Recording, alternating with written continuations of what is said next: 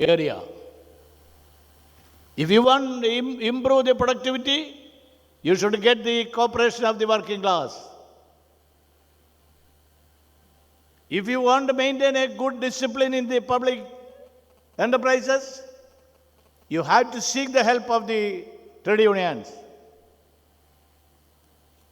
Without giving any role to the trade unions, to the workers, nothing can be done. Nothing can be done.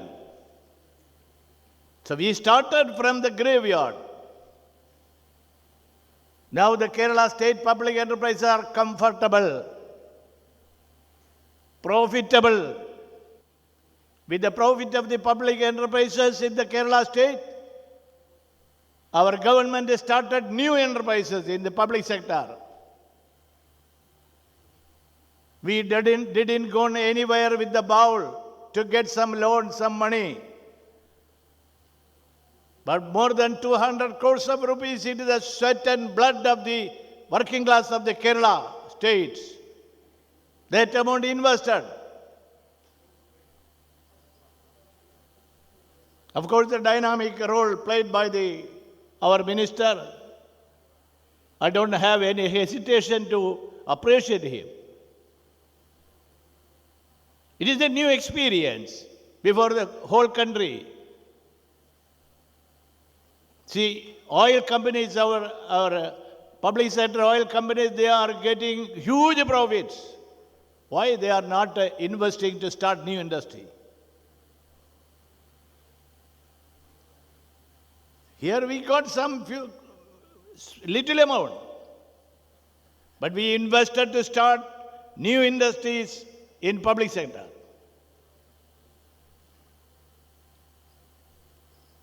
You may notice that for the last 4 years there is no strike in the state.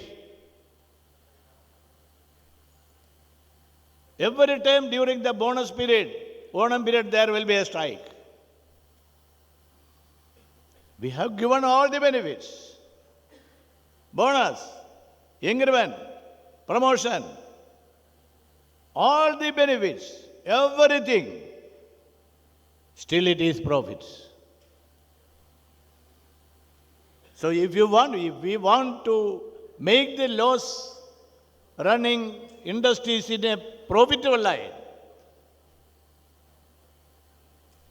don't dig the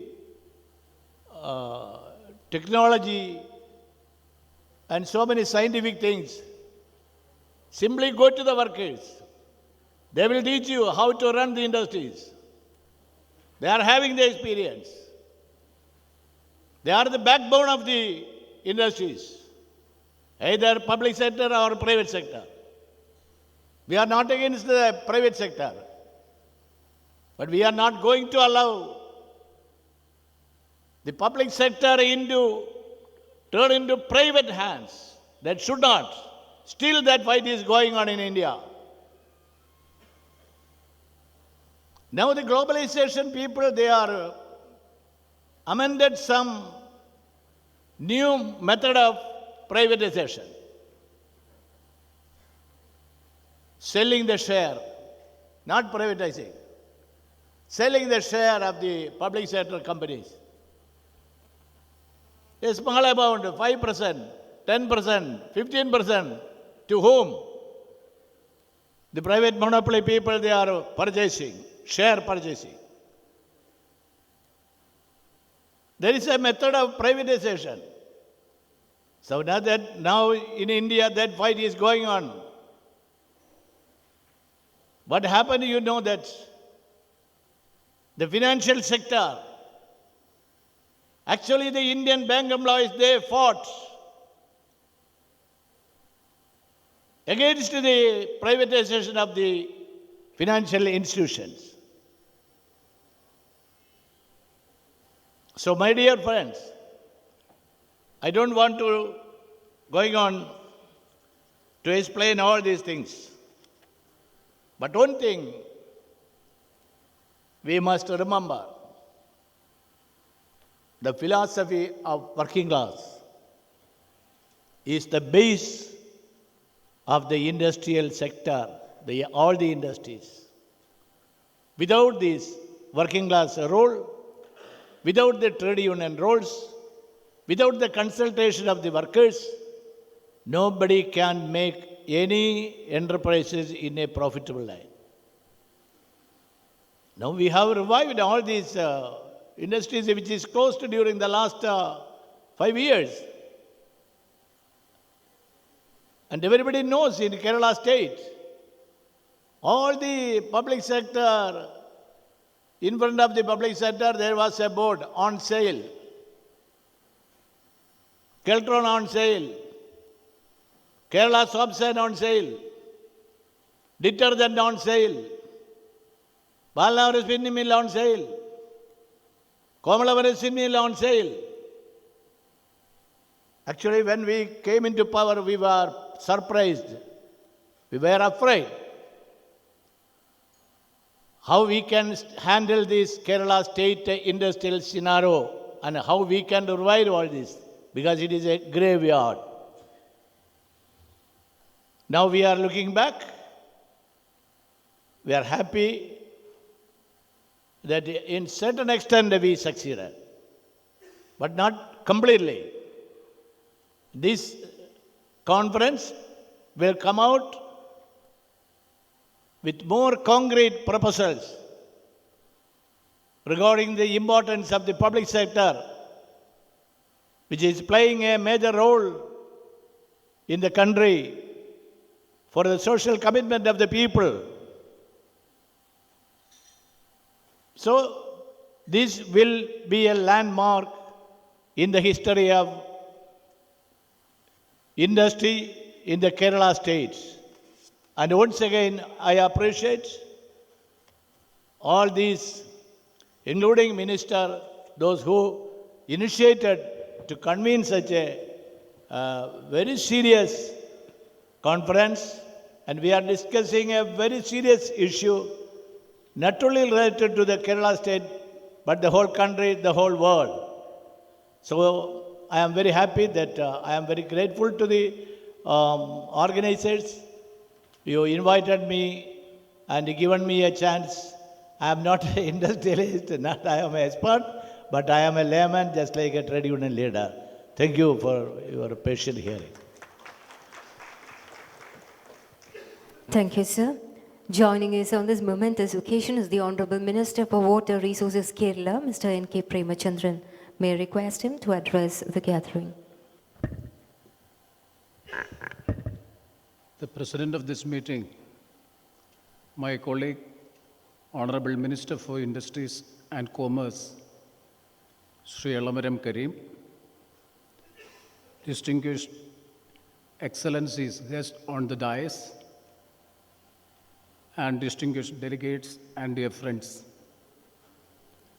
First of all, I take this opportunity to congratulate my colleague, Sri Elamaram Karim, and his team of officers in convening such an international conference so as to share the experience of Kerala model or the state-owned enterprises success stories so as to share this experience in the international community, in the global community.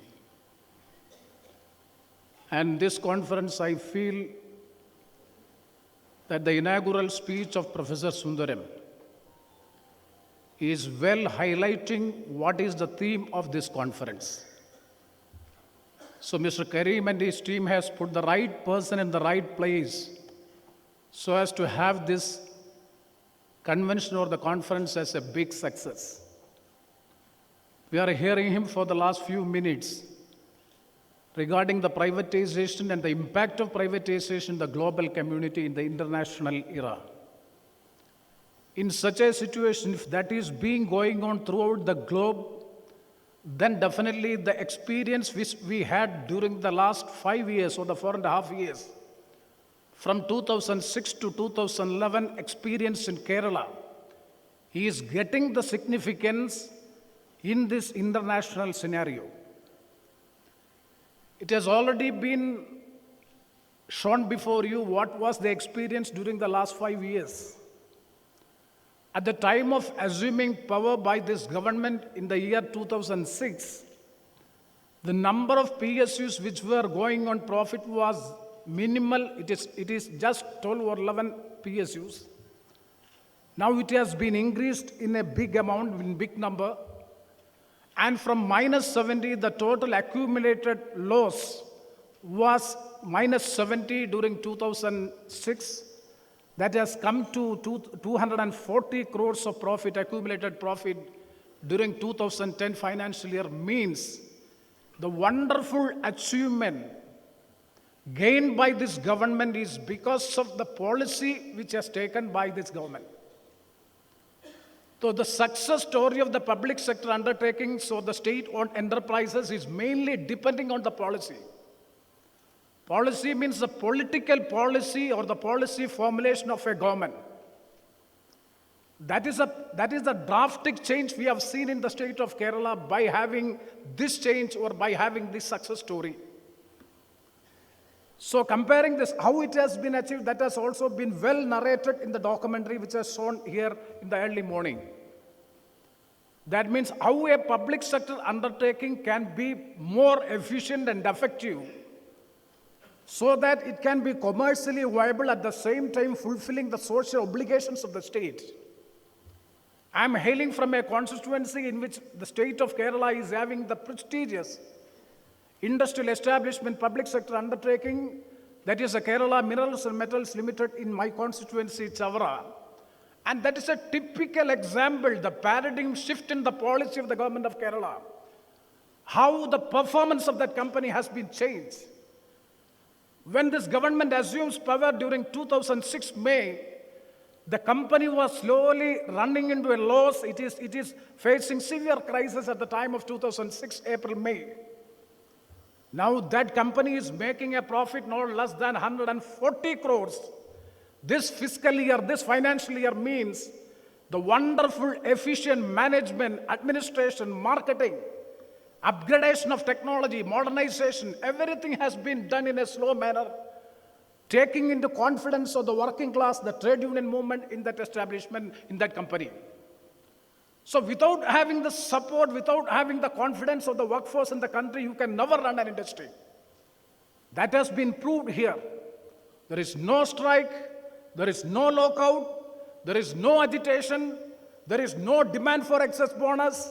If all these issues of the labor is well addressed by the government itself, then what is the necessity of the unrest among the labor? So from my personal experience, I am witnessing to you, or I am suggesting to you the experience which we had during the last 4.5 years. And that is why by adopting that political policy of against the liberalization, against the privatization, we have adopted an industrial policy in the year 2006-2007. And based on the principles of the industrial policy envisaged in the policy, the government acted, the bureaucracy has also acted, and an efficient administration has been given, and full independent, though it is not fully autonomy, but no interference from the government in the administration of the companies, in the administration of the PSUs, so that we can have a success story, we can write and we can witness, we can showcase a success story in respect to the state-owned enterprises. And at this time, when I am hearing the inaugural speech of Professor Sundaram, and during the time of Margaret Thatcher and Ronald Reagan, during the 80s, that period, and the famous slogan of Margaret Thatcher that the government has no business to be in business. And that is the starting of the liberalization, the mid of 80s, that is the starting of the liberalization, the globalization and the privatization. The government should withdraw from the business. Why should the government intervene in the market? Why should the government intervene in the other areas? Let the government withdraw from all the fields. Let the business be done by the capital market, by the free market. Why should we intervene? So the government has no business to be there in the business. That was the slogan. After 30 years or after 3 decades, now a state like Kerala, a small state like Kerala, on the southern part of the country, has proved that has shown to the globe, has shown to the world that, yes, the government has the business to be there in the business. The government should have a stake in the business, in the industry, in agriculture, in all the fields of our society, so that the social obligations, the social commitment can be fulfilled. That never means that we are totally opposing all the private investment. No. There should have a balance also. I think that the government of Kerala has kept such a balance also, because protecting the environment, protecting the interest of the state and the people, the private capital, how it can be invested, how it can be attracted, how it can be allowed, specific norms and guidelines has been envisaged in the policy. By that way, we are trying our level best to promote that also. So by keeping such a balance, how we are able to prove, or how we are able to make the PSUs in a more efficient way, that has been proved by the state of Kerala. Definitely the effort which we have taken during the last 4.5 years, and the efforts which has become a success, will definitely give good light to the whole country also. And I would like to take 2 more minutes just to compare the policies. Why this is? Because again and again I would like to reiterate that it is only because of the political policy of a particular government. So if you have a just comparison of government of India and the government of Kerala, this year, this fiscal year, the government of India is trying their level best to mobilize 40,000 crores of rupees by means of disinvestment. Here in the state of Kerala, after the now the 33 PSUs or the state-owned enterprises is in profit, and accumulated profit is 240 crores. By means of the profit which we have accumulated during the last fiscal year, we are trying our level best to invest this profit in another 10 public sector undertakings, and that has been announced in the recent year's budget, and now it is going to be commissioned at the end of this financial year. So government of India is disinvesting the PSUs, and that is being as additional mobilization of additional resource mobilization to the government exchequer. Here we are investing in public sector, and the investment is also coming from the public sector undertakings. That is the policy difference which we have to appreciate. This is not only in the case of industrial area alone, industries alone. Even in the public distribution system also the same thing, you can have the comparison. The government of India, now even the public distribution system is totally dismantled. Now, but in the state of Kerala, we are trying our level best to strengthen, to make an effective public distribution system in the state of Kerala. We are giving rice at a price of ₹2. And so many other welfare measures are being implemented in the state. This can also be highlighted or cited as a difference between, or it can be a model to the whole country when we discuss about this shift of policy. And not only in this sector, in the budgetary measures also, if you look into, 4 budgets have been, so far 4 budgets have already been announced in this state assembly during this government's time. No additional tax imposed upon the people, but so many welfare measures have been implemented during the 4.5 years of the governance. So really, when all these things are taken together, definitely we can say that the best governance or the good governance.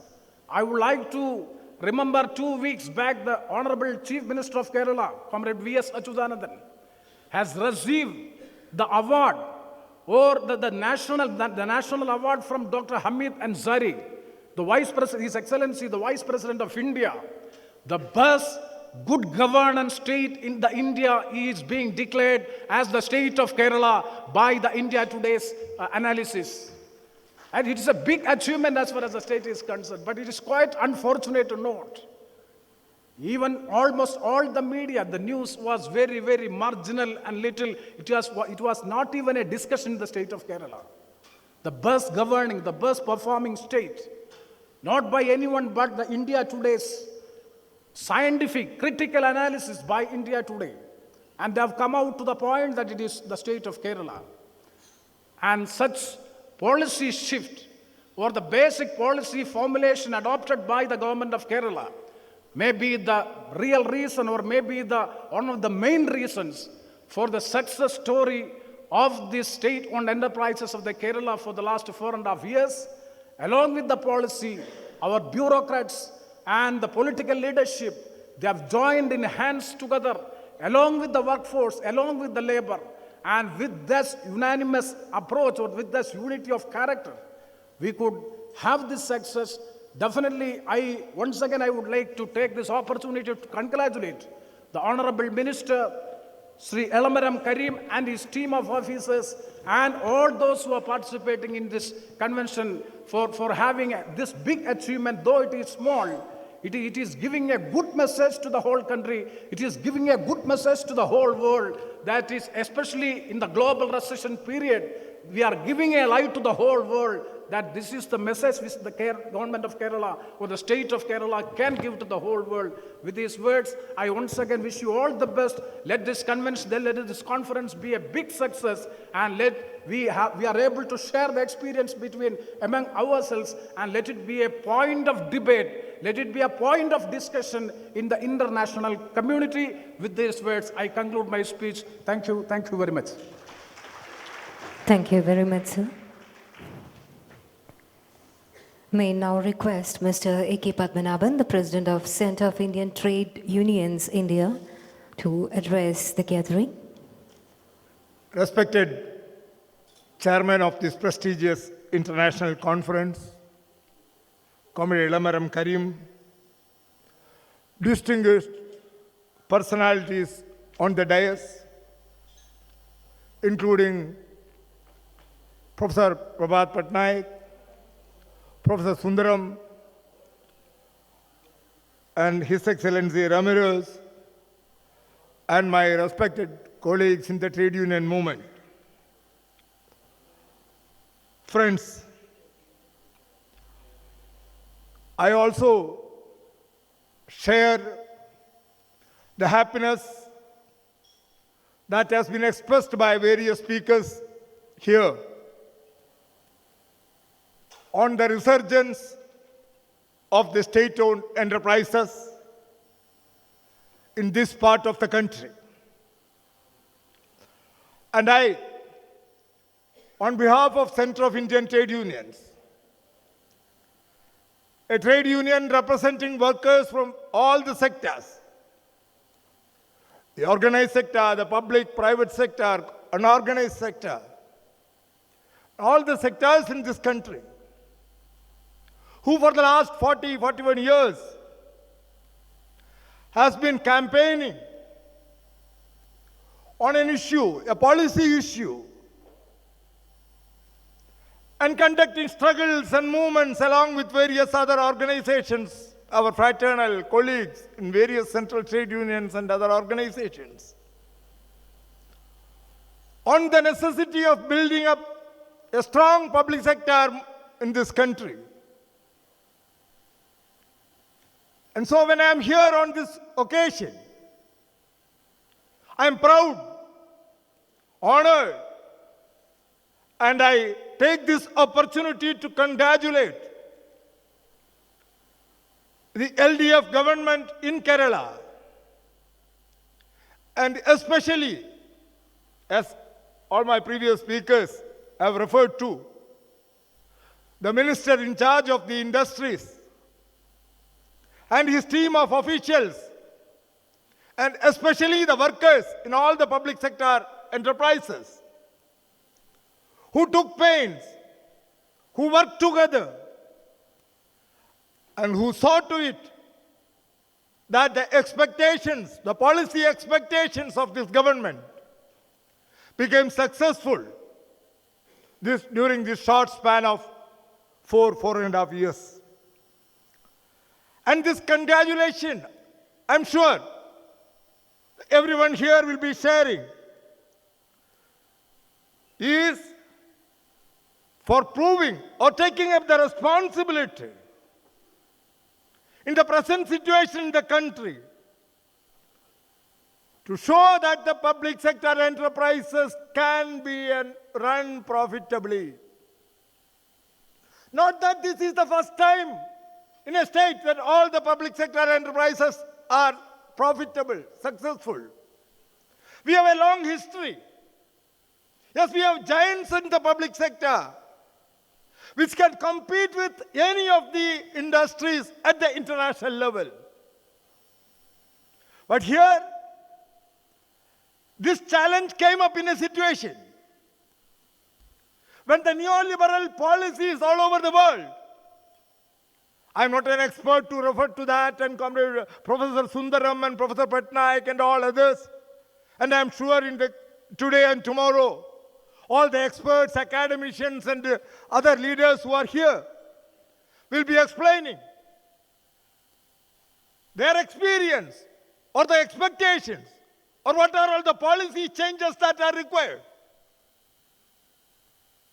But as a trade unionist, as a worker representative, and as a worker also for a few years, I feel that this achievement of the LDF government in Kerala has come at a time when there is a systematic all-round attack against the public sector and the philosophy behind the public sector.